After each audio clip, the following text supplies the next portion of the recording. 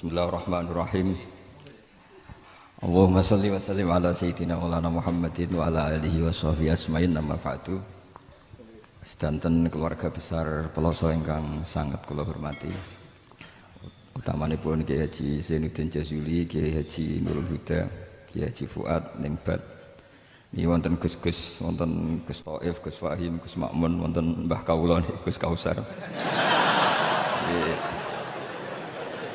Ini yang saya agak kecewa itu moderatornya itu berusaha guyon karena takut tak suruh baca Fathul Wahhab. Jadi guyon itu ada dua, guyon yang memang sudah selesai seriusnya.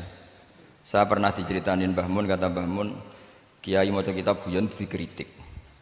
Maca kitab kok guyon, terus kata Mbah Mun membela diri. Mergo macane wis iso, mulane iso guyon. Nek ra iso wis runtusen sik. Anda baca kitab ndak bisa, itu bisa guyon apa ndak? Ndak bisa, roh kitab wis meriang. Jadi orang guyon itu bukti alim. Tapi ada juga guyon yang menghindari ngomong serius kayak moderator itu. Jadi ini masalah ya. Terus kecewa saya kedua, saya itu ngira Santri Proso itu katanya terkenal khusyuk-khusyuk, adabnya bagus. Ternyata ada percontohan yang nggak bagus. Di depan para gus-gusnya guyon. Jadi ini kekecewaan saya yang kedua. Nanti saya lebih kecewa lagi, ternyata yang khataman Fathul Wahhab itu tidak paham Fathul Wahhab. Itu lebih kecewa, tak bawa sampai mati itu nanti. Itu kecewa itu.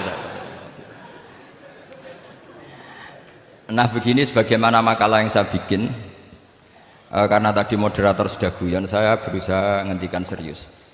Karena memang fikih itu harus dikaji secara serius, meskipun dengan pikiran yang ceria, yang riang.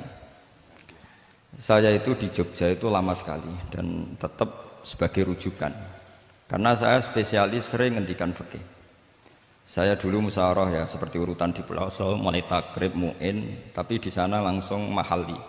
Karena Fathul Wahhab gak diajarkan di syawir, di musyawarah.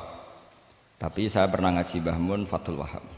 Dan beliau sering berpesan, nak kanggo masyarakat ojo wahab repot, nganggo mahalli saja. Mahalli itu kan Surahibin itu yang mensarai minhajud thalibin.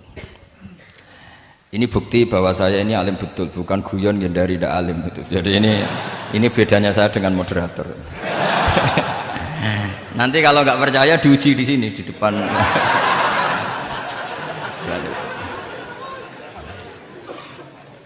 Saya ngaku alim itu bukan karena sombong, tapi keharusan.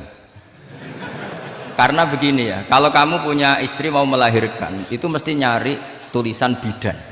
Barokahnya tulisan itu kamu tahu siapa bidan. Kalau kamu gigi sakit pasti cari tulisan dokter gigi.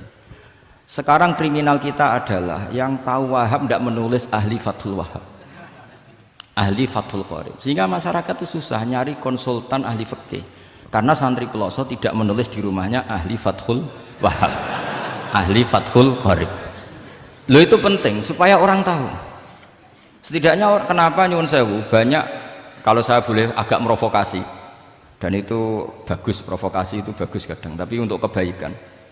Kenapa orang-orang lain itu menjadi rujukan? Karena mereka memaklumatkan diri, dengar gelar RC, MA, terus ahli fikih. Tapi kita yang ngaji Wahhab, khatam, musyawarah khatam, nggak nulis di rumahnya ahli Fathul Wahhab. Setidaknya Anda nulis konsultan kalau ingin mondok ke Peloso, sehingga orang daerah kamu kalau mau mondok ke Peloso konsultasi ke kamu. Tapi kita terlalu adab. Padahal awalun nubuwah itu dimulai dari at-tahaddi. At-tahaddi memaklumatkan diri kalau beliau adalah seorang nabi. Jadi kalau kamu boyong harus memaklumatkan diri, saya tidak bakul-bakul, saya ahli Fathul Wahhab. Lah ini khataman Fathul Wahhab cerita bako. Wah itu innalillahi wa inna ilaihi raji'un. Ini harus gimana mau? Ya Anda harus tersiksa dengan keterwakilan oleh ini.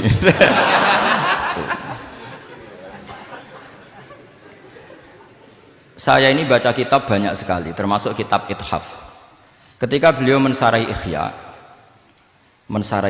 itu cerita kitab yang saya baca fil fikhi itu dihitung mulai mazhab Syafi'i sampai Hanafi semuanya.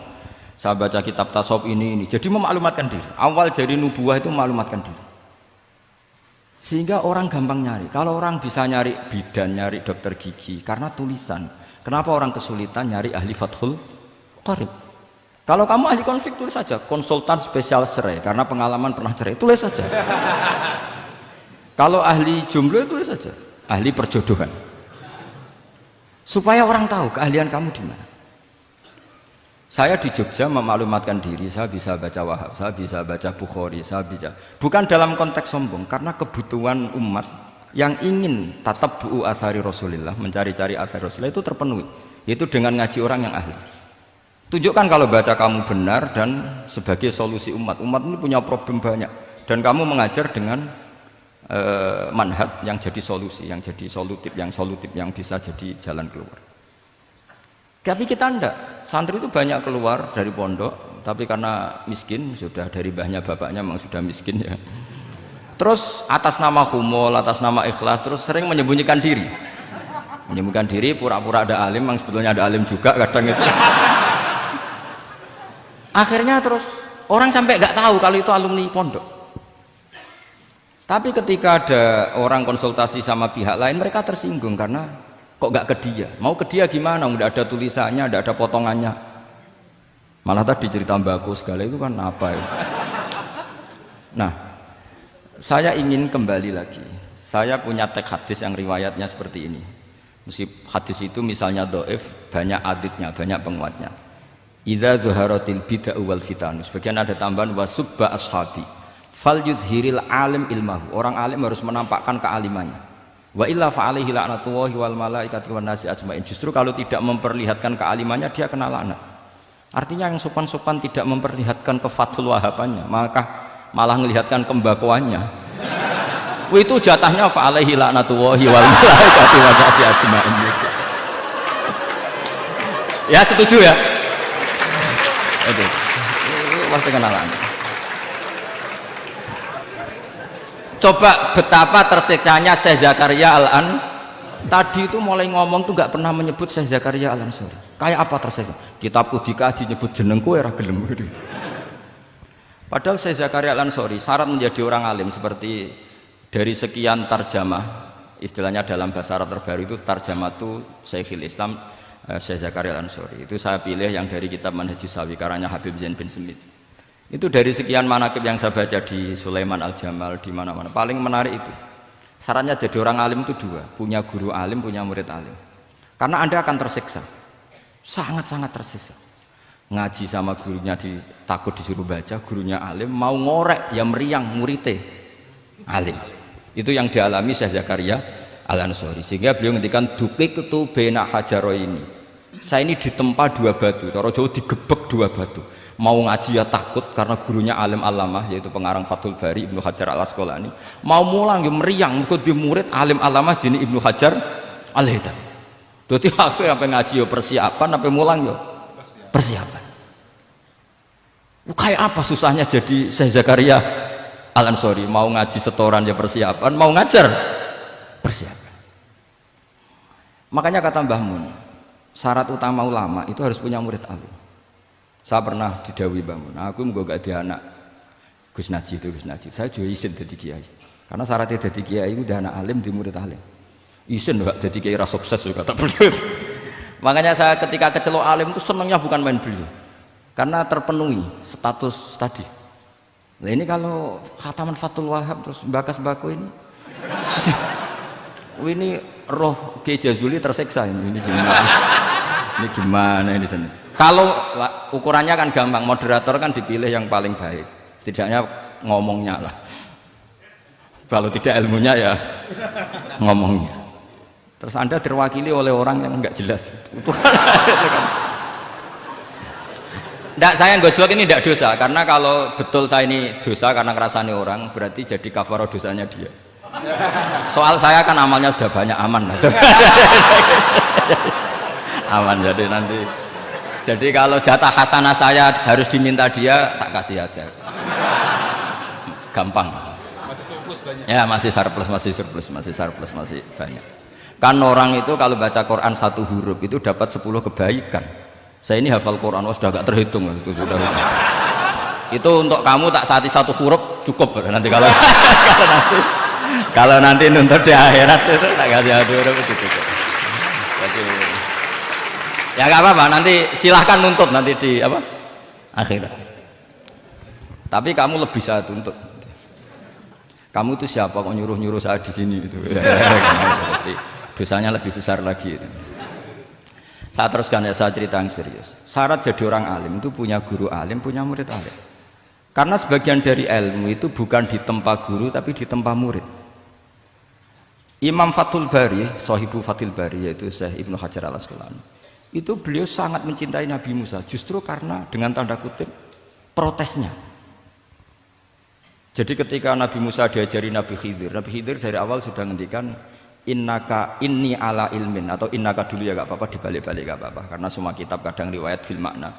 Innaka ala ilmin allamaka wah malam a'lamhu wa inni ala ilmin allamanillah malam ta'lamhu. Kira-kira terjemahan bebasnya, kamu punya ilmu yang diajari Allah saya tidak tahu, saya punya ilmu yang diajari Allah kamu tidak tahu, maka innaka lan tastati'a ma'iyya sabra, kamu tidak mungkin bisa menyabari saya, bisa memaklumi saya. Tapi kata Nabi Musa ngotot, tidak, saya harus belajar sama anda. Oke, silahkan belajar tapi jangan tanya. Pertanyaannya itu jangan tanya, fala tas'alni, kamu nggak boleh tanya. Kalau kamu ingin jadi murid yang baik, nanti jangan tanya, itu dosa. Ya dengarkan saja. Nah, tapi Nabi Musa tetap tanya. Ketika ada kejanggalan secara syariah, Nabi Musa tetap tanya.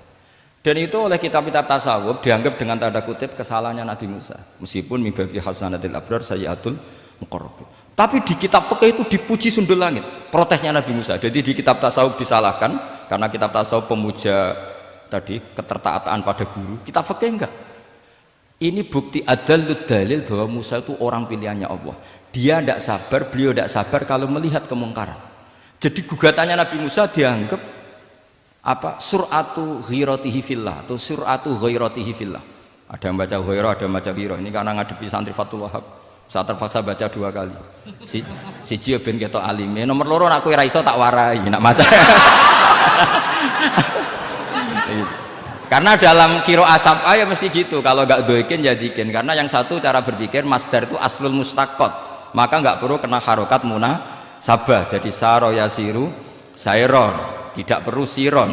Faza yafuzu fauzan, tidak perlu fuzan karena masdar aslul mustaqot, jadi tidak perlu kompromi dengan harokatul munasabah. Tapi orang Arab tetap bilang dikul ma'isyah. Apa? Tetap bilang dikul ma'isyah. Tapi qiraah kita fala takufi doiqin, bukan pakai apa? Dikin. Ya, makanya kemungkinannya 2. Saya baca 2 kali ben ketok alime. Karena saya ini menghormati sampean. Mosok ngundang wong ra alim kan sini-sini wong. Nomor 2 anak kowe ra iso tak warai. Kalau bacanya itu 2. Jadi andai kan saya ngajar di pondok pelosok, saya baca mesti 2 kali. Wayah sibu zaitun kada, wayah sabu zaitun kada. Karena dalam qiraah sab'ah ada yang baca yahsibu, qiraah kita baca yahsabu. Tapi guru-guru kita kalau ngajar fikih itu bacanya yahsibu. Tapi kalau baca Quran yahsabu. Ya kan Quran kita kan ayah sabu Allah yaqdiru alaihi ahad, bukan dibaca ayah sibu. Saya teruskan. Jadi syarat jadi orang alim itu harus punya guru alim dan murid alim. Imam Fathul Bari ketika menganalisis Nabi Musa itu beliau memuja Nabi Musa. Ini bukti ghirahnya Nabi Musa yang luar biasa. Beliau paling tersinggung kalau untuk hikat hurumatullah. Orang sudah ditolong kok gak matur nuwun malah merusak perahunya. Jadi itu secara syariat itu mungkar. Kalau mungkar ya harus diprotes. Artinya itu sifatu madkhin. Protesnya Nabi Musa itu sifatu madkhin, bukan sifatu dhamin. Itu Ibnu Hajar al-Asqalani, gurunya Syekh Zakaria Ansari. Ketika orang tasawuf nganggep yang dilakukan Musa itu agak-agak mazmum karena protes sama guru. Pertanyaan saya ke anak-anak Fathul Wahab, kamu milih siapa? Milih partainya Ibnu Hajar al-Asqalani apa milih partainya orang tasawuf? Selama ini roh potongannya sampean milih sing tasawuf. Karena sampean dengan ilmu pas-pasan ini gak suka kalau ada murid tanya. Mboten ngaku mawon.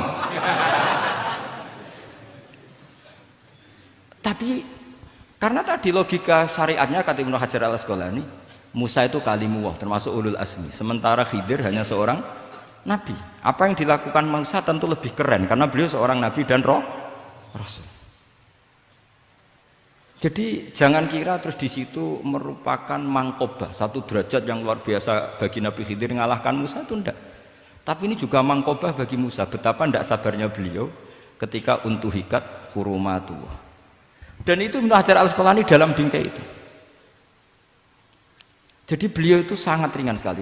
Artinya gini, kita bahas Zakaria Al-Ansori nggak bisa tambah bakas gurunya, yaitu Ibnu Hajar Al-Asqalani. Nanti saya bakas muridnya. Lah yang mulai bakas muridnya itu kamu harus siap-siap. Karena kiai-kiai di pelosok itu alim alama. Masalahnya nanti pasti di muridnya. Saya Zakaria Al-Ansori aman karena punya murid Ibnu Hajar Al-Hitami. Ibnu Hajar Al-Hitami aman karena punya murid Zainuddin Al-Mali Bari yang ngarang ya, mulai jenengan ini. Jadi masalah bukan pada gurunya, tapi pada siapa? Muridnya. Terus Ibnu Hajar Al-Asqalani itu orang yang luar biasa. Saya pengagum beliau karena saya kalau baca Bukhari pakai pertolongan sarah beliau yaitu Fathul Bari. Itu beliau kalau protes, sukanya memang protes. Beliau itu nakot itu ahli kritik, ahli protes. Beliau termasuk sering kritik Imam Nawawi, kritik orang-orang sebelumnya. Tapi ya dalam konteks kebaikan. Imam Nawawi itu punya sarah namanya Sarhu Muslim Lin Nawawi. Terus beliau punya kitab fikih Minhajut Thalibin yang disadur oleh Syekh Zakaria dari Manhajut Thulab. Yang satu pakai Minhajut Thalibin jamak mudzakkar salim, yang satu pakai Manhajut Thulab pakai jamak taksir. Kitab Minhajut Thalibin sendiri dari kitab Muharrar karangannya Imam Rafi'i, terpaut sekitar 3 orang sampai ke Imam Rafi'i dari Imam Nawawi. Imam Rafi'i ngarang itu dari Al-Wasid, Al-Basid, dan Al-Wajiz, karangan Imam Ghazali. Dan itu saya punya. Kitab indukannya Imam Ghazali, Nihayatul Matlab fi Dirayatil Mazhab, saya juga punya. Karangannya Imam siapa? Haromen. Terus sampai Mukhtasarul Muzani. Saya tadi sempat bawa kitab Mukhtasarul Muzani. Bareng ngerti ini kok jadi pengajian umum lemes ya. Waduh, mau nyalahkan Gus Kausar Mbah nggak berani. Tapi saya tadi matur sama Gus Kevin, Gus ini kok jadi pengajian umum, nggak tahu. Sebenarnya saya ingin anak Wahab saja terus tak marahin terus pulang. Tapi ini di depan orang banyak, kalau marahin kan nggak baik ya, sudah saya tak rileks saja. Tak ceritakan bukti keseriusan fikih itu dikarang. Misalnya begini, ini contoh Zakaria Al-Ansori, Syekh Zakaria Al-Ansori ketika dengan tanda kutip sering bilang wa takbiri bidzalik aula minta biril asli kadan atau a'amu minta biril asli kadan. Kenapa ada gugatan takbir? Karena takbir itu apapun hebatnya, karena dikarang seorang manusia itu ada falta, ada keterselipan di situ. Meskipun satu kedipan mata yang beliau salah, ya Gus. Misalnya begini, definisi sholat ya, kita akan sering dengar sholat itu apa? Umumnya orang kan aqwalun wa af'alun, muftatahatun bitakbir, muftatamatun bitaslim. Pertanyaannya, definisi itu tidak jamek mana? Karena hunaka sholatun la qawla fiha wa la fi'la, yaitu sholatuman ajros sholat tapi kolbi. Kalau sholat itu adalah harus ada akwal, yaitu kayak baca fatihah dan syahadat di tasahud sani, harus detail, sama nggak boleh nyontohkan kayak tasahud di tahiyat ula, itu kan hukumnya sunnah. Kalau kamu nggak bakul-bakul harus tahu kayak tasahud di tahiyat saniyah, atau karena yang tasahud awal sunnah. Ada akwal kayak Fatihah, tasahud, fit tahiyatis saniyah. Terus ada af'al. Tapi pertanyaannya, hunaka sholatun la qawla fiha wa la fi'la, yaitu sholatuman ajra sholata biqalbi. Maka perlu ditambah walau hukman, meskipun akwal dan af'al itu hanya secara hukum. Karena kalau hanya itu tidak jamek manek kalau dalam bahasa mantek, atau tidak mutarid akis, tidak memasukkan semua fardun min afrodil mu'arraf. Jadi kula ngetok nang alim demi ngergani sampean supaya ketok nak sumber utang ora salah.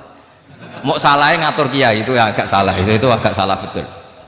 Saya itu juga agak gimana, besok itu saya diminta Gus Reza misi sama Gus Reza. Gus Reza itu cucunya Mbah Karim, Mbah Mun dulu ngaji Mbah Karim.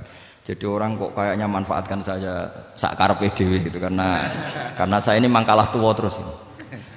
Padahal saya kalau mau angkuh ya, kalau saya boleh sombong, itu buyut saya ketujuh itu namanya Mbah Soleh bin Asnawi Sepuh, itu gurunya Mbah Soleh Darat. Dan Mbah Soleh Darat gurunya Mbah Hasim. Tapi angkuh kan haram, jadi ya sudahlah pakai tawaduk saja. Sebenarnya kalau saya boleh angkuh, kalau sampean malah lebih bisa angkuh lagi, ketemu di Nabi Adam. lebih foto nabi. Saya ulang lagi ya. Kalau kamu mengkaji Wahhab secara serius, itu kajilah seperti saya ini.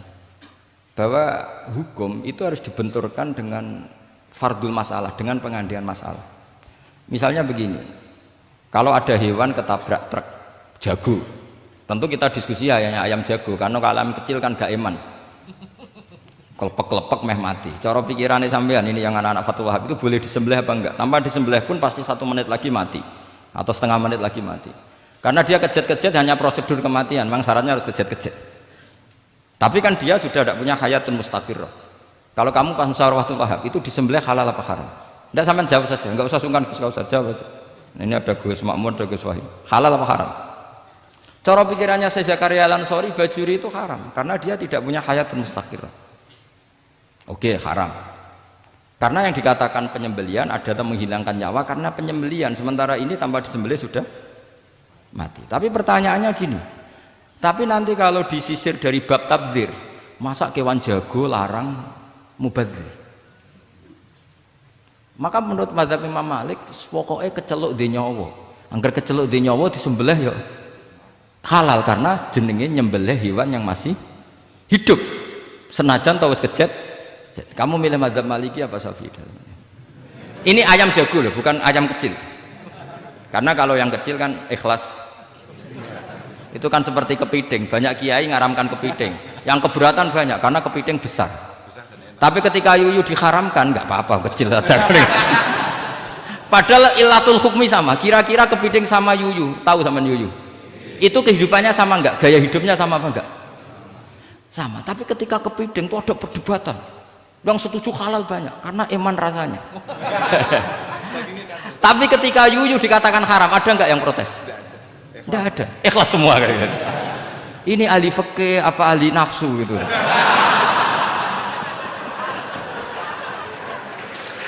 Jadi apa debat itu akhirnya nggak mutu kan? Coba kehidupannya kepiting sama yuyu itu sama apa enggak?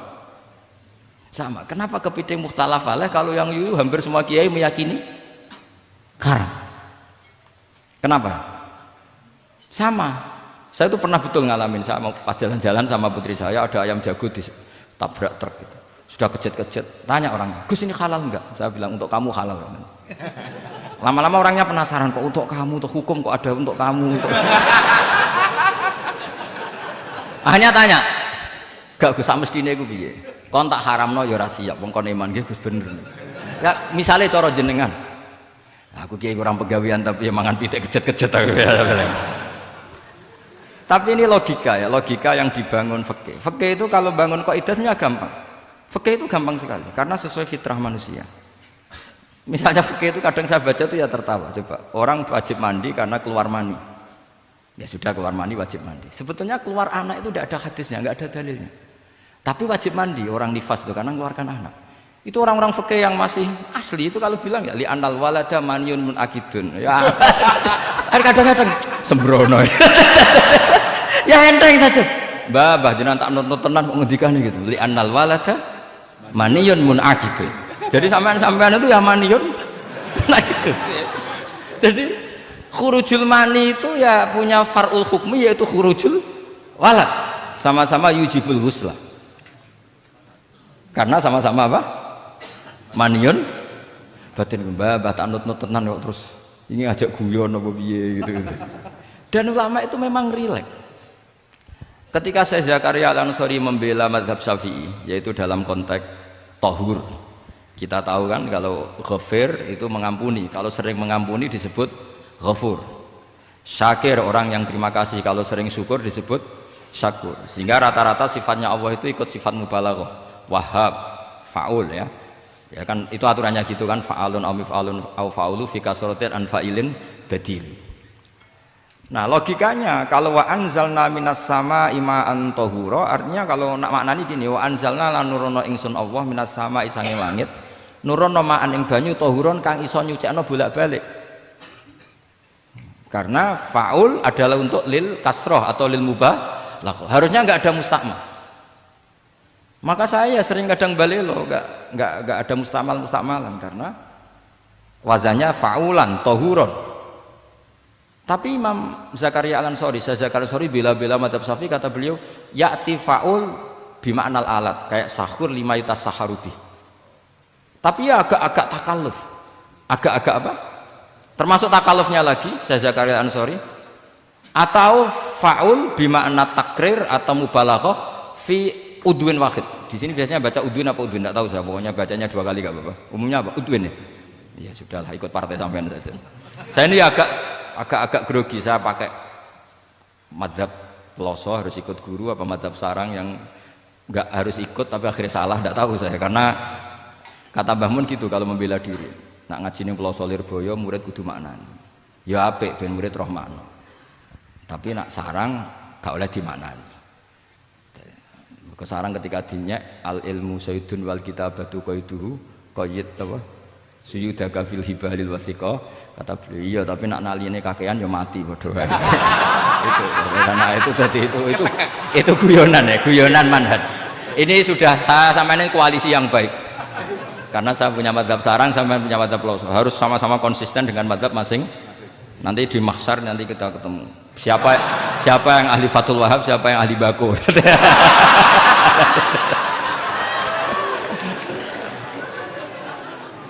Nah, pikirannya Fathul Wahab kalau sampean khatam betul itu untuk takrir tapi fi udwin wahid, yaitu air yang sudah mensucikan ini misalnya masih bisa mensucikan ini, yang bisa mensucikan asal masih fi udwin wahid. Ya sudah, di situ saja takrirnya atau mubalaghahnya di situ, bukan ke anggota yang lain.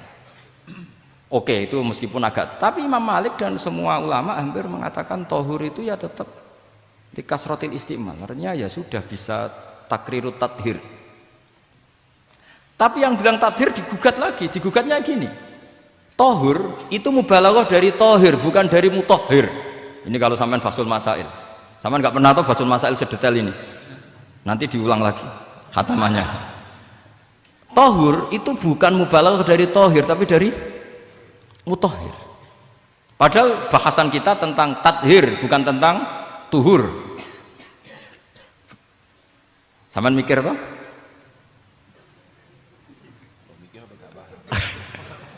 Nggak usah dijawab apa diterangkan? Apa ngaji lagi saja, nggak usah boyong dulu.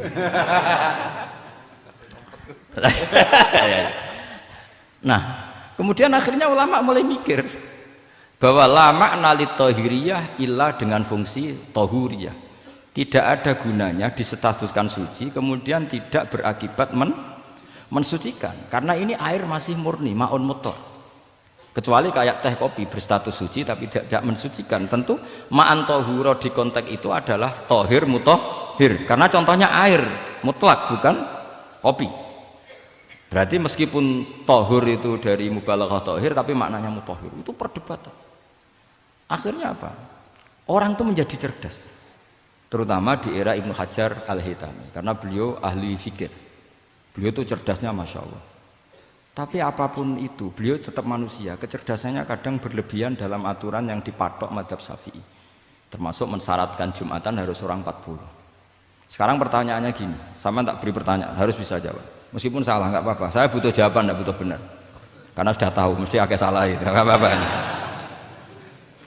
Ketika ada satu kampung yang orangnya tidak sampai 40 dan mereka ingin Jumatan, menurut kamu itu harus Jumatan, apa boleh Jumatan, apa harus duhur?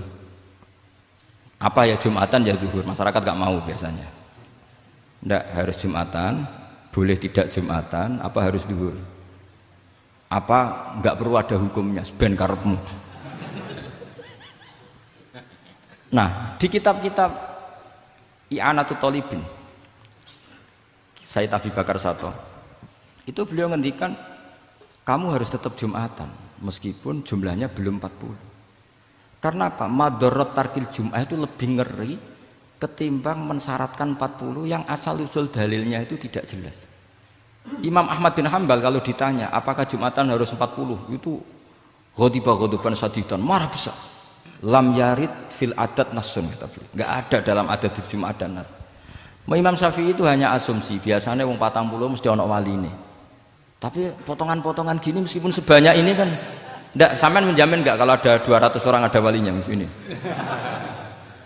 Dulu itu 40 orang pasti ada walinya, sekarang buat 1000 nggak ada jaminan ada wali. Dulu itu ada 2 wali, yang satu rokok, dikritik sama yang nggak rokok. Mosok pangeran dikebuli katanya karena tapi wali rokok ini ahli tauhid. Allah laisa bimakanin katanya. Saya tidak tahu ini tadi ya, kacau. Wali itu kalau sudah debat itu bener mana? Yang satu goslo, wali kok rokokan, pangeran kok dikebuli. Yang satu bilang apa? Allah laisa bimakanin. Itu saya teruskan. Jadi perdebatan di fikih itu sebetulnya semuanya itu rasional. Karena fikih dibangun di bawah qaidatul fikih, qawaidul fikih dan usul fikih. Dan semuanya itu muktabas atau multamas atau makhud min Rasulillah sallallahu alaihi wasallam. Sekarang saya beri satu analogi. Pernah ada satu kejadian Rasulullah sallallahu alaihi wasallam menghentikan la yusalliyanna ahadukum illa fi Bani Quraidah. Kamu jangan sholat asar kecuali sampai Bani Quraidah. Kira-kira saya ngomong sama santri, kamu jangan sholat asar kecuali sampai Lirboyo. Sebelum sampai Lirboyo ternyata kadati samsu antaghruba, matahari hampir tenggelam. Fariqun minhum, sebagian dari sahabat milih sholat di tengah perjalanan meskipun itu belum sampai Lirboyo. Alasannya musaro'ah fil waktu supaya tidak qadha. Yang sebagian milih sholat di Lirboyo meskipun ba'da antaghruba samsu, meskipun matahari sudah tenggelam. Ketika dilaporkan ke Rasulullah itu falam ya'nif, ada yang baca falam yu'annif wahidan, tak baca 2 kali karena ini nanti bisa jadi debat kusir. Sampean bacanya ya'nif apa yu'annif nggak tahu, pokoknya saya baca 2 kali. Kalau baca sampai 3 kali yang 3 salah karena memang pilihannya hanya 2. Kalau ada pilihannya 3 tak baca sampai 3 kali. Nabi tidak menyalahkan salah satunya. Yang satu pakai konstitusi yang namanya asar itu ya qabla antahrubas samsu. Yang satu cara berpikir Nabi jelas mansus harus di Bani Quraidah.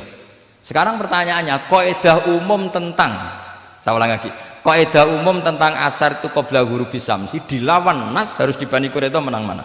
Nas sama kaidah umum. Kira-kira kalau kamu ngaji usul fikih, menang nas. Tapi pertanyaannya, nas itu butuh mahal.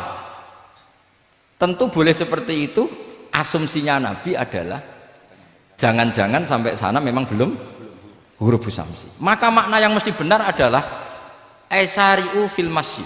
Kamu harus tergesa-gesa jalannya sehingga potensi menangi asar di Bani Quraidah. Jadi unik. Terus itu difahami pentingnya musaro'ah fil iktida. Jadi kalau anut Kanjeng Nabi harus musaro'ah. Nah, musaro'ah ini pula yang menjadi basis fikih. Makanya ulama dulu kalau ngarang fikih itu gampang sekali. Kalau orang tidak paham aja nggak bakat wali. Sebenarnya fikih itu gampang sekali. Bagi yang gampang maksudnya, sama tidak usah itu. Misalnya begini, Fathul Mu'in, Fathul Hab semuanya ngendikan wa yusannu nasyatun di sholatin. Jadi wa yusannu lan den sunatno apa nasyatun gumregah, semangat di sholatin krana ngadiri sholat.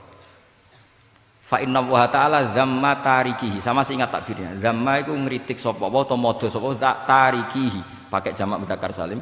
Tarikihi ing wong sing ninggal nasyat. Terus beliau mendalil qala ta'ala wa idza qamu ila sholati qamu kusala. Ciri khas orang munafik itu kalau sholat itu malas-malasan.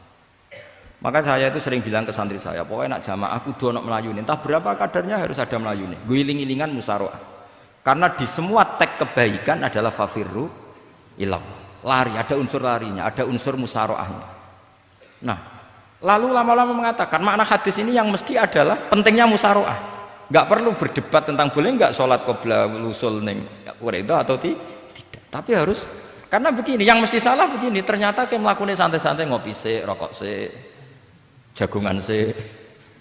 Nabi kira-kira bisa maklumi nggak ketika cara jalannya seperti itu kemudian matahari terbenam? Karena ini yang pasti salah. Paham ya? Karena nggak sampainya sana karena salahnya diri ngopi sik santai. Lah itu namanya fikih. Jadi fikih itu dari analisis yang normal. Makanya saya sering sekarang akhir-akhir ini sering kampanye kitab Sajaratul Ma'arif. Dan itu saya serius dengan kampanye itu karena dikarang oleh Sultanul Ulama. Jadi kalau di wali ada Sultanul Aulia, di ulama juga ada Sultanul Ulama, yaitu Syekh Izzuddin bin Abdis Itu kalau ngarang fikih itu gampang sekali. Saya punya kitab beliau Qawaidul Ahkam.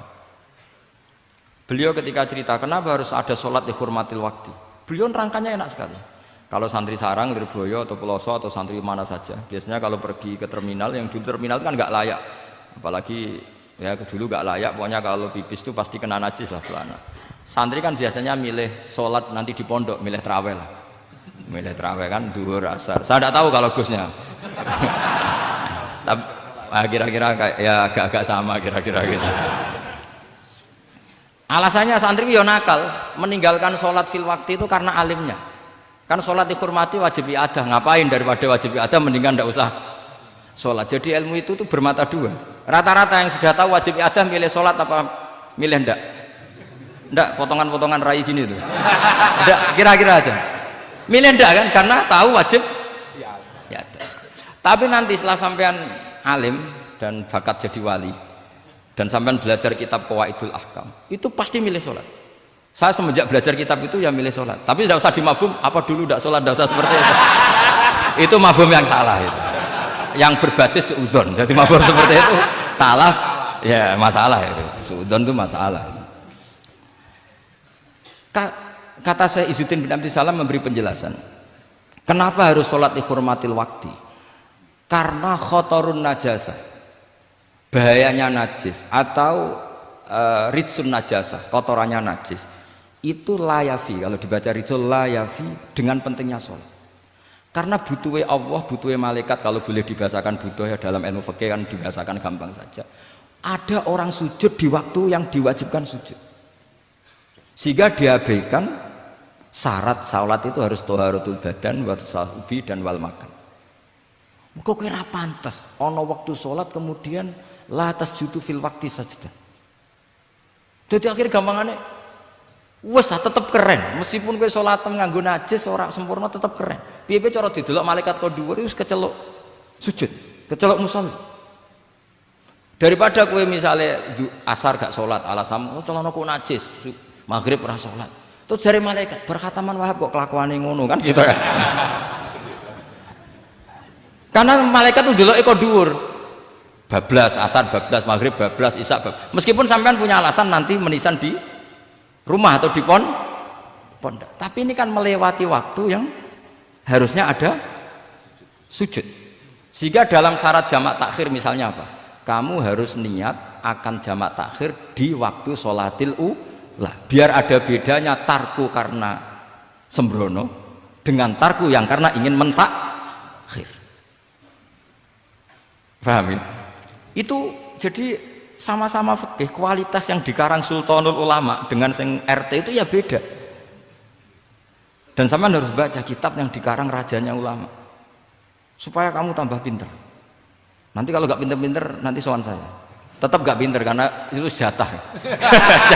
Makanya ada usah sowan ya, nanti nggak ngefek juga gitu. Itu Syekh Izzuddin bin Abdis Salam. Terus kemudian beliau mengebabkan itu detail sekali, yaitu di Sajaratul Ma'arif dibabkan di bab faslon la yutrakul haqqu li ajlil batil. Itu beliau bikin satu strategi fikih itu yang luar biasa. Misalnya begini, jihad atau perjuangan membela Islam itu harus kamu menyertakan orang-orang fajir, orang-orang fasik.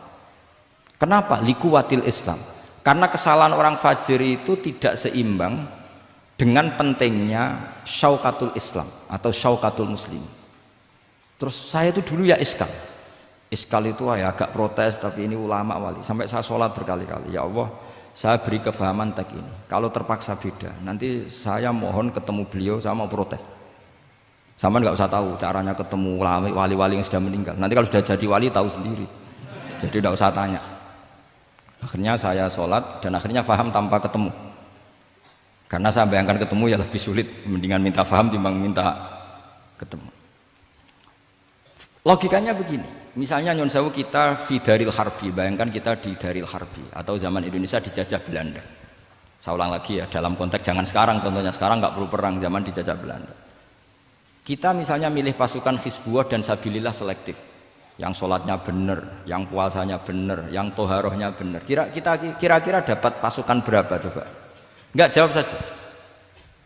Kan hanya dapat pasukan sedikit. Sementara misalnya Belanda Bisa pasukan banyak karena tanpa seleksi. Di sini nih hebatnya Rasulullah Shallallahu Alaihi Wasallam. Kata beliau, wal jihadu madin mundu ba'atsan ya Allah ila yaumil qiyamah sampai ila ayyuqatila akhiru ummati ad-dajjal la yubtiluhu jawru jairin wala adlu adilin. Sebagian riwayat langsung wal jihadu tetap wajib bun alaikum ma'akul libarin wa fajirin. Nah, penjelasan Nabi kenapa kita harus berjuang mengawal Islam meskipun harus ma'akul libarin wa fajirin. Ya kalau di isim fa'ilnya umumnya guru-guru kita baca barin, tapi untuk masdarnya untuk kebaikan bacanya apa? Birun. Nanti kamu protes, oh barun itu daratan Gus, kalau birun itu kebaikan. Aku itu macaku kamus luwih suwi bocah kok sembrono.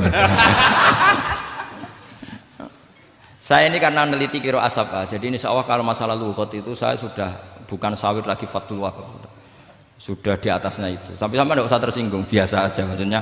Karena ini kompetisi, kalau sama nggak cocok ya harus bersaing, jangan geremeng tok. Gus Pak sombong enggak usah bilang gitu, saingi saja. Makanya saya terkenal alim itu seneng, karena senengnya itu tadi, yang ngidolakan saya ingin ikut, yang hasut kompetisi, jadi seru. Jangan yang hasutnya antet, wah itu gak fair itu. Itu gak fair, wah itu pasti ngadepi langit gitu. Nanti urusannya sama Allah itu. Gak sama saya, langsung sama. Saya ulang lagi ya. Ilmu itu harus dianalogi dengan fikih, dilogika dengan fikih, dikiaskan dengan fikih. Sekarang misalnya ada orang sok ikhtiar, wah perang kok ambek wong fasik gak enak gini-gini, wong fasik perilakunya gini-gini. Pertanyaannya adalah, kalau kita nyeleksi hanya orang soleh, kita dapat pasukan berapa? Misalnya zaman kita melawan Belanda. Sama sekarang kita ngawal pembangunan masjid, kadang yang nyumbang gak sholat, kadang yang nyumbang yang sewu hasil korupsi, kadang yang nyumbang orang-orang yang cara muamalah babal kedua.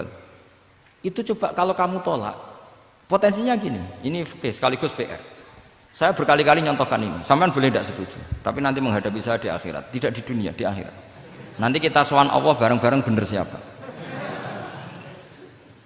Loh tidak, saya tidak main-main, karena ulama dulu, sampean lihat di Mu'in di Fathul Wahab, kalau sudah ngendikan ulama, wahada madhabun al-qawwahabi, ini madhab yang saya siap ketemu Allah. Jadi ukuran madhab benar itu bukan diputuskan di Sawir Fathul Wahab, tapi madhabun sing al-qawwahabi, madhab yang saya ketemu Allah dengan madhab itu. Misalnya gini, ada orang fasik lewat di depan saya, punya uang 1 juta. Delalah pas itu qadhafallahu fi qalbihi hubbal ulama. Misalnya. Pas itu delalah beliau senang ulama terus bilang gini, Gus Pak, uang ini tak kasihkan kamu 1 juta. Dia fasik, misalnya terkenal syaribul khomri. Saya ini menurut pertanyaan saya, ini jawab saja. Kamu salah nggak apa-apa. Wajib menerima apa haram menerima apa bebas mubah. Ayo milih di polling. Nggak usah sungkan Gus Kausar. Ini beliau posisi senior, milih nerima apa nolak, wajib apa sunat, sunat apa wajib. Nah logika harus terbangun begini, kalau kamu terima maka akan dicibir. Malam di Fathul Wahab tiga duit uang saya kok gelem, bolak-balik nak duit gelem aja. Itu juga masalah kan, kiai latihan jatuh kan, artinya posisinya tidak mantep-mantep amat. Udah kadang keramat itu. Sama jangan niru saya, aman udah itu. Bayangkan sampean yang latihan nyai itu. Tapi pertanyaannya kalau sampean tolak, terus ista'ana bihadhihi darahim lil maksiyah. Tak kena kiai ra gelem, tak kena demenanku. Dan hari itu andaikan dia tidak punya uang 1 juta, dia tidak bisa kedemenannya. Gara-gara sampean tolak, dia punya alat untuk maksiat lagi. Kalau seperti ini jadi haram apa wajib? Loh, berarti sampean harus gak jawab anut aku. Artinya sampean jawab kan terprovokasi saya kan? Terprovokasi narasi. Terprovokasi narasi. Itu kriminal untuk calon ulama gitu, itu nggak boleh. Nah, logika ghanimah kira-kira seperti itu. Ghanimah itu normalnya haram. Normalnya haram karena ghanimah itu min amwalil kufar. Dan notabene amwalul kufar adalah bukan sekedar mukhtalithah, aksaruha mungkin minal haram. Tapi kenapa ghanimah dihalalkan di hadil ummah?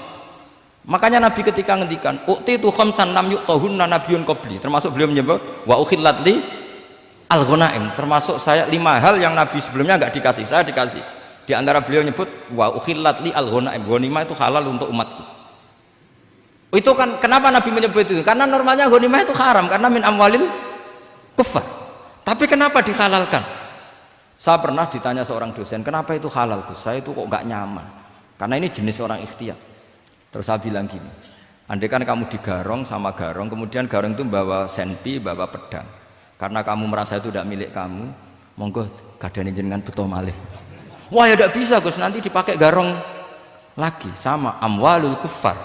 Andai kan lau a'tainahum, andai kan kita kasihkan lagi ke mereka, maka akan dipakai isti'anah, dipakai pertolongan atau alat untuk kekuatan kekafiran mereka. Di sini sirinya kenapa ghanimah menjadi halal. Tapi kenapa Nabi sebelumnya kok dikatakan haram? Karena logikanya memang haram. Nah, itu hebatnya Allah SWT sama para kekasihnya. Ada kekasihnya yang dipilihkan haram, yaitu Nabiun qabla Rasulullah SAW, karena normalnya memang haram. Ada Nabi yang fikihnya lebih dinaikkan lagi, yaitu dihalalkan supaya harta ini tidak dipakai i'anah alal maksi. Sampean milih fikih mana coba? Nah, saya berharap pinternya Khatam Fathul Wahab itu paling enggak sampai seperti ini. Bariku nantang saya enggak apa-apa, tapi nanti ketemu di akhirat. Nah itu fikih. Jadi fikih itu, nah tapi kan iso wae Gus nampani khadzun nafsi lah, itu mulai masalah kan. Makanya yang seperti itu jangan untuk khadzun nafsi, karena kita butuhnya itu nyita supaya ini enggak dipakai kekuatan maksiat. Jebule mbek kon malah go ngopi rokokan. Nah, ini orang kan terus curiga, jebule nek ambek duit ya do gelem. Buktikan kalau Anda tidak pakai, kamu terima sebagai penyitaan, tapi Anda tidak pakai. Wah itu hebat. Tapi kalau kamu terima wajib, kemudian kamu pakai poya-poya, wah itu ya fikihnya benar, kelakuannya benar. Nah saya berharap Anda memahami fikih itu sampai seperti saya ini. Syukur-syukur lebih. Meskipun ya agak-agak mukhalaf, tapi bisa diperjuangkan itu. Enggak apa-apa. Kamu doa di saat istijabah, ya Allah saya ingin mengalahkan Gus Baksa, ridho dengan doa itu. Tapi tak jamin enggak mustajab, karena sudah berbasis ghil, kebencian. Doa yang berbasis hasud pasti tidak mustajab. Jadi makanya saya relax kalau ada kompetitor, karena tadi pasti. Jadi fikih itu gampang. Misalnya begini lagi, saya beri sekian contoh.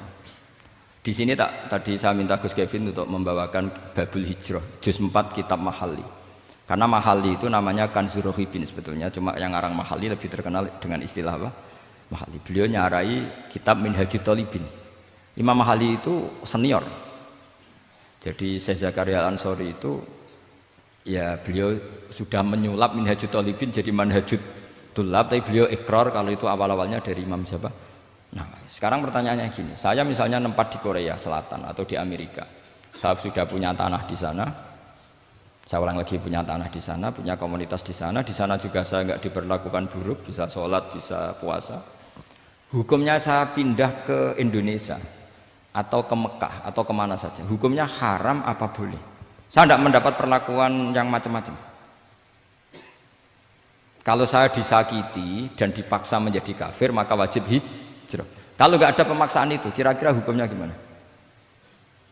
Ada ulama yang mengatakan hukumnya haram hijrah, harumatil hijrah. Karena apa? Li alla yastauliya bitil kalbuqah atau tikal buqah al kufaru. Karena sebetulnya kamu tidak dianggap sekedar pindah ke Indonesia, tapi membiarkan tanah yang dulu kamu pakai sujud, tanah yang dulu kamu pakai sholat, tanah yang sudah menjadi komunitas muslim menjadi komunitas kafir. Berarti dianggap pembiaran. Itu fikih. Jadi fikih itu logikanya sebetulnya normal. Maka seperti ini, saya masih ingat betul pernah didhawuhi Mbah Mun ketika di Madinah. Nak zahire hadis ya, iku Sayyidina Ali iku ya ono salah ya. Ndak salah loh redaksinya, ono salah. Mergo Nabi sering muji wal Madinatu khairun lahum law kanu ya'lamun. Madinah adalah kota terbaik. Sataftahuna kadza wa kadza, Nabi sampai gitu. Tapi Nabi selalu ngendikan wal Madinah khairul. Tapi Sayyidina Ali tetap pindah ke Irak, Kufah ya, zaman itu terkenalnya istilahnya Kufah karena belum ada istilah Irak, ke Kufah. Pindah ke Kufah, kemudian beliau menyebarkan Islam di Kufah. Terus punya murid awal namanya Hasan Basri, murid paling sukses. Itu orang-orang Basrah, bukan orang Temanggung, orang Basrah. Itu orang Basrah. Semua riwayat mengatakan itu orang apa? Basrah, jelas bagul-bagul. Bukan. Itu sangat jauh dari. Karena Hasan Basri murid paling sukses ini pindah ke Basrah, maka ilmu setelah itu Basrah. Sehingga idza ikhtalafatil Kufah wal Basrah quddimatil Basrah.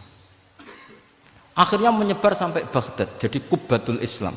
Orang bisa dikatakan alim kalau sudah dikatakan alim di Baghdad. Termasuk Imam Syafi'i itu ngajinya di Baghdad. Padahal beliau lahirnya di Gaza. Huzah itu kalau sekarang itu apa? Gaza. Askolan itu juga Palestina.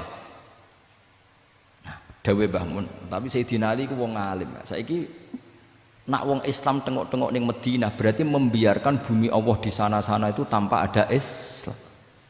Akhirnya Sayyidina Ali tidak mengikuti dohire hadis. Tentu Nabi Sayyidina Ali pasti ngikuti hadis, tapi hadis wal Madinatu khairul lahum law kanu ya'lamun itu ada konteksnya. Keluar dari Madinah linasril ilmi itu juga ada konteksnya.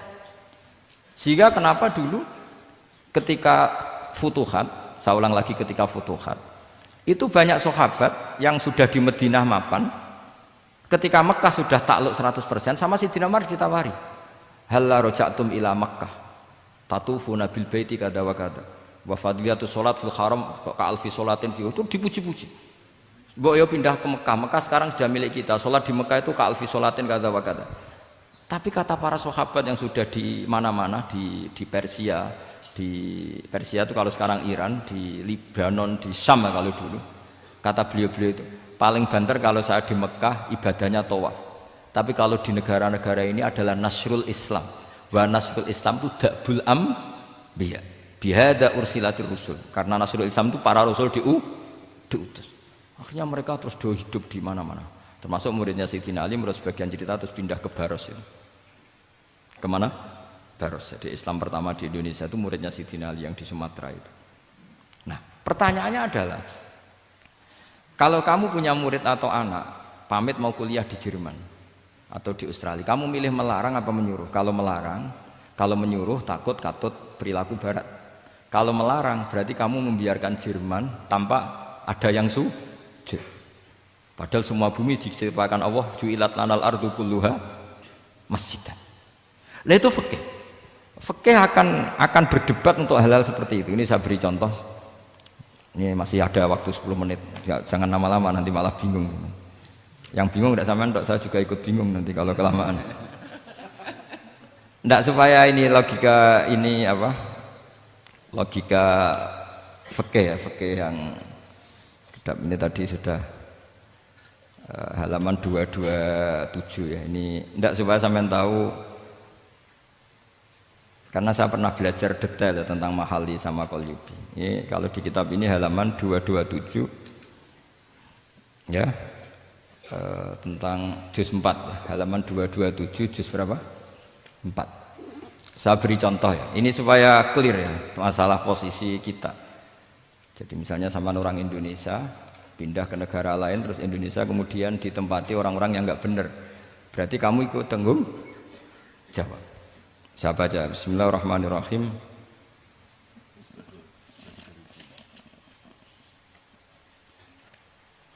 Ya, halaman 227 ini barusan tak cari karena halaman kitabnya beda-beda. Bidaril harbi. Terus ada kata-kata fa'in roja madzukiro. Roja itu kembali ke kalau seseorang itu bidaril harbi, berharap masyarakat situ bisa Islam, bisa dakwah, fa muqamuhu afdal. Saya juga mau baca makom apa mukom. Di sini umumnya baca mukom apa makom. Mukom ya, karena dari mati akoma yukimu ikomatan, berarti kan mukim. Kalau mukim ya resikonya harus dibaca mukom. Tapi kalau ada yang baca makom ya jangan dimarahin, lah kasihan. Bakul bakowe bukan bener gitu loh. Fa'in roja madzukiro famuqamuhu afdalu. Au qadara alal i'tizali harumatil hijratu. Umumnya di sini baca harumat atau hurimat? Ya boleh dua, boleh harumat, boleh hurimat. Kalau itu masih li alla yastauliyal kufaru ala mahallihi fayasbahu darul kufri. Jadi artinya gini, misalnya saya di Jogja misalnya, atau di Jakarta atau di Batam, di situ atau di Papua, di situ kamu merantau di sana sudah bisa menciptakan komunitas Islam. Kemudian kamu pindah, itu bukan dianggap pindah secara mubah karena kangen keluarga, enggak, tapi ada masalah. Setelah kamu pindah ini yang menghuni siapa? Jangan-jangan min dari sujud ila niklab misalnya. Itu fikih. Jadi fikih itu sebetulnya normal saja. Tapi karena kita baca tidak detail, terus kayak apa gitu, kayak fikih itu aneh semua. Dasar gak bakat alim. Jadi sebetulnya fikih itu normal. Makanya kembali ke tadi, kalau orang alim tidak mau izharul ilmi, fa alaihi la'natullahi wal malaikati wan nasi ajmain.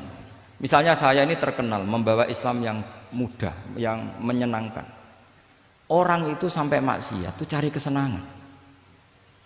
Orang sampai maksiat itu karena cari kesenangan. Tapi kalau kesenangan itu tidak didapatkan fit ta'at, karena ta'at dikampanyakan secara agak teroris.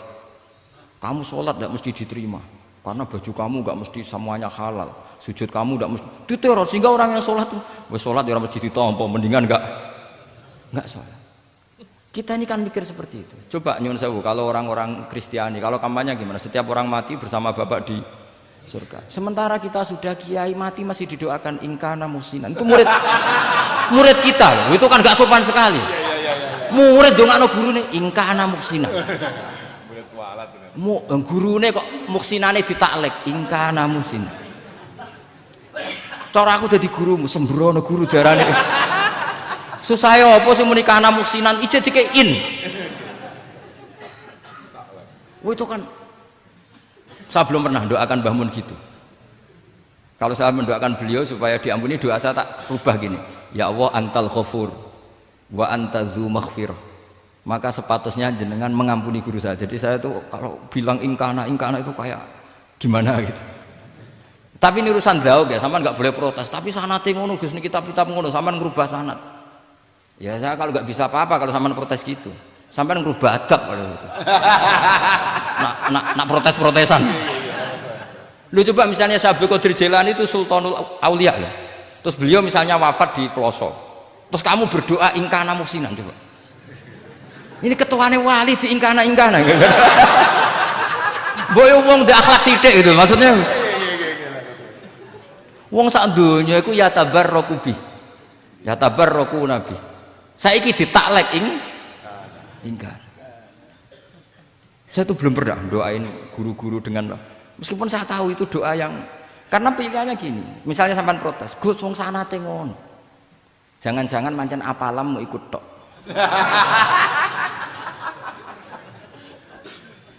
Loh Imam Syafi'i itu kalau doain mayit, ini sekaligus ijazah tapi haram ditiru.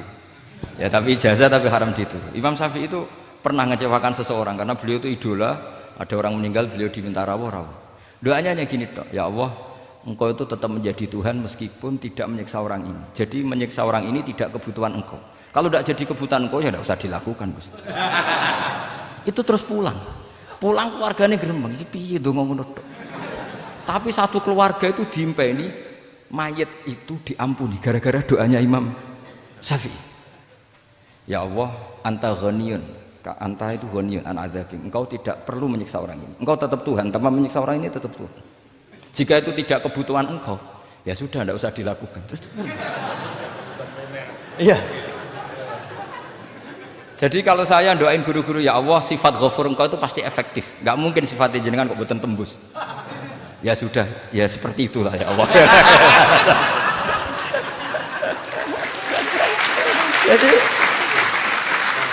Jadi itu urusan daun, sampean nggak boleh protes. Gus Pak kok ngawur istiadat itu bukan ngawur, saya ini orang waras. Punya rasa takdim sama guru sama para wali. Sementara kamu yang berdasar sanad tadi, jangan-jangan menghafalan kamu hanya itu. Ayo milih mana? Saya bukan bikin ajaran baru, ndak, ini cerita rasa. Cerita apa? Rasa. Dan itu di hadis-hadis gitu. Nabi itu kalau manja sama Allah gitu. Kalau ada orang salah terus kemudian diazab, kata Nabi, anta akram min ayu adzibahu marroten. Ini di dunia sudah pernah engkau beri sanksi ya Allah. Anta akram min ayu adzibahu marroten. Tapi kalau belum disiksa kemudian dia aman-aman saja di dunia, engkau itu akram, engkau sudah mulia, gak pantas sudah menyelamatkan di dunia, kemudian jenengan dendam di akhirat masih. Jadi masih nyiksa lagi. Itu Nabi itu kalau sedang manja dengan Allah itu akhirnya ya baik semua gitu. Lah saya jenis ulama yang partai itu. Partai itu lah kira-kira seperti itu. Jadi Ya jadi ini relax saja ini, monggo nih tadi sesuai janji saya hanya 10 menit dari sekarang. Saya juga mungkin saya nanti tetap pulang karena saya besok ngajar di setainya Gus Yofur. Mungkin saya itu sudah janji sama istri saya setelah Yai wafat paling saya ini dibully pernah sepuh itu 2 tahun. Semoga setelah 2 tahun saya naik lebih sepuh. Pakai dalil-dalil yang agak-agak angkuh tadi karena terpaksa. Jadi sekarang ngalah 2 tahun, setelah itu saya pakai sanad yang saya sepuh gitu. Supaya agak digekongkonan terus gitu. Tapi saya tidak tahu tingkat adab saya sampai berapa tahun, saya tidak tahu gitu. Tapi saya mohon sama yang Musairin Fathul Wahab, ilmu itu dianalisis secara cerdas, ceria dan mudah. Saya dulu itu ya iskal sama hadisnya Nabi, kullu ummati mu'afan illal mujahirin. Semua umatku dimaafkan asal ketika dosa itu enggak cerita kalau dosa. Saya dulu jenggat. Orang dosa cerita dosa itu kan kesannya jujur baik gitu. Tapi setelah saya pikir-pikir itu bener Kanjeng Nabi. Misalnya sampean cerita dengan anakmu, lihat zaman mondok peloso sering nak marung utang gak bayar ya biasa. Ya biasa sekolah gak munggah. Itu jujur apa mengajarkan? Mengajarkan. Suatu saat anak sampean goblok persis bapak. Maka penting tidak jaru itu penting. Makanya kata Nabi semua umatku diampuni kecuali yang cerita-cerita dosanya. Karena dengan cerita itu artinya apa? Misalnya sampean zaman puber pacaran, terus kamu cerita, "Lah dhisik untuk ibumu ya pacaran." Oh, tak goncekno ngalor ngidul. Itu jujur, tapi soal anak kamu pacaran kan alasannya apa? Niru bapak. Tapi nak kamu sok suci, pacaran haram. Oh. Pak, lah kowe kok untuk ibu. Wah, itu pangeran peparinge. Lho kan kira bodoh nih, Pak. Wah, itu peparinge pangeran. Gak pacaran Pak. Oh pacaran haram dong. Kena muni orang kan bodoh nih. Pacaran haram dong. Aku untuk bojo peparingnya Allah. Wah itu dimaafkan malah itu. Lo coba nyuwun sewu, ini analogi ya nyuwun sewu. Kalau andekan semua yang pernah zina itu ngaku zina. Kalau itu jumlahnya 1000 saja, 1000 itu punya keluarga. Satu orang minimal punya keluarga 10. Akan dipakai justifikasi kalau suatu saat zina berdasar pernah Pak D-nya atau Pak L-nya, iya enggak? Tapi kalau semuanya enggak ngaku dan semuanya nyuwun sewu sok suci, wanteng ning masjid, sak wiridan nangis, wah anak putune kok, wah mbahku khusuk kuat. Padahal nangisnya perkara nyesal tahu mau. Tapi artinya apa? Konsep yang dikatakan Rasulullah SAW itu kan luar biasa. Kullu ummati mu'afan illal mujahirin. Karena dengan jihar, memang di situ masdarnya kok jadi jihar. Jadi bukan ijhar tapi jihar. Jadi memang bahasa Arab itu agak unik. Misalnya di nahwu itu masdar itu kalam. Kalam berarti sulasi mujarrad. Tapi fiilnya enggak kelaku. Kalimah yaklimu kalaman itu enggak melaku. Sing melaku itu lam yatakallam. Tapi padahal masdarnya kalam. Jadi suara sama raya aku pengalaman. Masalah lugat itu pengalaman sekali. Jadi memang bahasa Arab itu lucu. Apalagi lafadz bagho malah paling kasus dalam bab yungkolu. Bagho maknane lacut. Bareng melok wazan imbagho yang bagi sayukjo.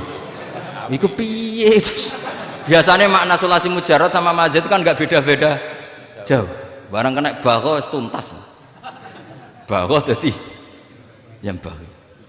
Nang kita kok yang bagi sulasi mujarrad apa? Bagho, Pak. Bagho maknane apa? Jadi tiang-tiang lacut, Pak. Mereka bingung gurunya penerang bingung. Daripada bingung cari tiang-tiang maknane lanjut. Kayak laisa ku fi'il mandi, mudhari endi? Ora ono mudhari. Mandi kok ora ono mudhari? Ya mandi wae ora usah mudhari. Terus repot bahasa Arab wis repot. Kene ra melok dibahas mau apa coba? Ya sudah takdir ngono ae sudah. Jadi apa yang dikonsepkan Rasulullah SAW itu pasti yang terbaik. Bahkan Imam Ghazali ikut berkampanye, wa inna ya, termasuk pemberian Allah terbaik adalah sitro. As-sitro itu atau tutup. Jadi hifdzul qaba'ih, menjaga supaya keburukan kita tidak kelihatan itu termasuk kebaikan. Bukan dianggap tidak jujur karena tadi kalau semua keburukan kita tampakkan maka akan menjadi masif. Misalnya kamu cerita, misalnya insya Allah lah kita yakin semuanya kita insya Allah diselamatkan dari zina. Misalnya cerita dosa yang kecil-kecil saja, misalnya ini pondok utang rambayar atau rokokan, gak jamaah. Terus kamu ceritakan anak kamu, itu bukan jujur, mesti sebagai alat. Jadi cara anak kamu, wah disanggup, cocok. Suatu saat aku goblok kayak bapak. Aku dhisik sekolah cung sering ra munggah. Anakmu mondok wis tenang, santai. Nak ra munggah dalile bapak.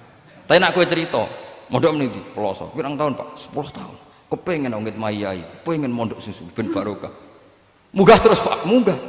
Maksudnya ora munggah kelas, munggah apa wae pokoke. Wis tenang. Karena itu bahaya, makanya kullu ummati mu'afan. Ma'is ketika ngaku zina itu Nabi itu enggak menolak sampai 4 kali. Ma'is yang memaksa Nabi supaya beliau melakukan raja, eksekusi. Semua ketika meminta saran sama sahabat, halla satarta bidzalik, kamu enggak usah cerita.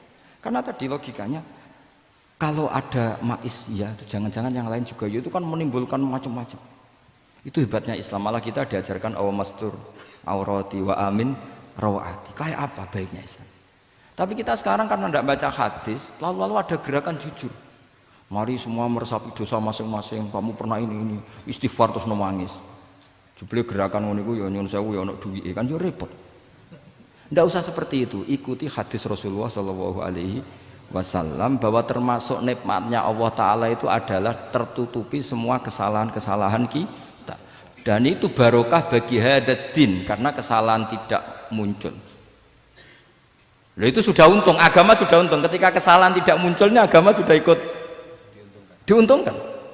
Coba kalau semua yang maksiat itu kelihatan, kan seakan-akan hadil ardu mamlu'ah bil ma'ah masih. Tapi ketika maksiat itu sembunyi-sembunyi, kemudian sang syiar itu adzan pengajian, kan bagus. Sama nggak boleh protes, tapi itu kan tidak jujur. Ya bukan masalah jujur dan tidak, ini satrul qabaih. Nah, ini namanya siasa. Namanya apa? Siasa itu tidak harus politik tentang negara. Kita mengelola diri kita sendiri butuh apa? Butuh siasa. Jadi misalnya kamu cerita kebaikan kamu kepada anak, biar kebaikan itu ditiru. Tapi kalau anak kamu tanya, Pak, sampai nanti salah, itu sesuatu yang paling saya takutkan, Cung. Karena aku sering na'udzubillah minas salah. Tapi Bapak pernah salah enggak? Itu pertanyaan enggak penting. Karena tadi bahaya. Lu enak, maksudnya beragama seperti ini tuh enak. Kullu ummati mu'afan illal mujahid. Itu kan luar biasa. Jadi semua umatku itu dia ampuni asal tidak cerita-cerita. Misalnya gak cerita ke anak, cerita ke teman. Aku di gendaan, harus tahu tak ambung. Mesti pikiran kamu, yang pondok is pengurus jebule tahu ngono. Mesti digo. Suatu saat aku nak ngono, awas. Atau nak caiki keamanan, awas kita kandakno kan gitu. Tetap ini menjadi alat maksiat bagi yang lain. Jadi tapi saya dulu itu iskal, kenapa ada hadis seperti itu? Tapi setelah saya analisis, memang kalau ijtihad atau ijhar itu efek negatifnya luar biasa. Dan kita harus iktidak bi Rasulillah Shallallahu Alaihi Wasallam. Ya tentu idealnya yora maksiat, yora konangan maksiat. Memang karena tidak pernah itu ideal. Memang nggak konangan karena tidak pernah melakukan. Ya saya kira demikian. Saya mohon supaya ya tadi ya saya Fathul Wahab dari kitab Manhajut Tullab itu dikarang Zakaria Al-Ansori piyambak Zakaria. Tapi kitab itu sebenarnya dari Minhajut Thalibin. Minhajut Thalibin dari kitab Al-Muharrar. Itu dari kitab Basit Wasit Wajiz. Terus itu dari kitab Nihayatul Matlab fi Dirayatil Madhab. Itu mensarai kitab Mukhtasarul Muzani. Karangannya Imam Muzani ketika diimlakkan Imam Syafi'i. Karena semua karangan Imam Syafi'i itu amla alaina Syafi'i. Ya amla alaina Syafi'i. Makanya kalau sampean ngaji muin qala fil Buaiti. Buaiti itu nama orang. Ekolas Syafi'i fil Buaiti ekolas Syafi'i wa amlahu alal Buaiti. Makanya qala fil Buaiti qala fil Muzani itu nama orang. Artinya karena Imam Syafi'i itu hanya mengimplekan. Terus muridnya nulis. Nah kebetulan tulisan paling mudawwan itu karangannya Imam Muzani disebut Mukhtasarul Muzani. Sebenarnya beliau punya murid banyak, ada Imam Muzani, Imam Robi, Imam siapa Buaiti. Saya kira demikian. Assalamualaikum warahmatullahi wabarakatuh.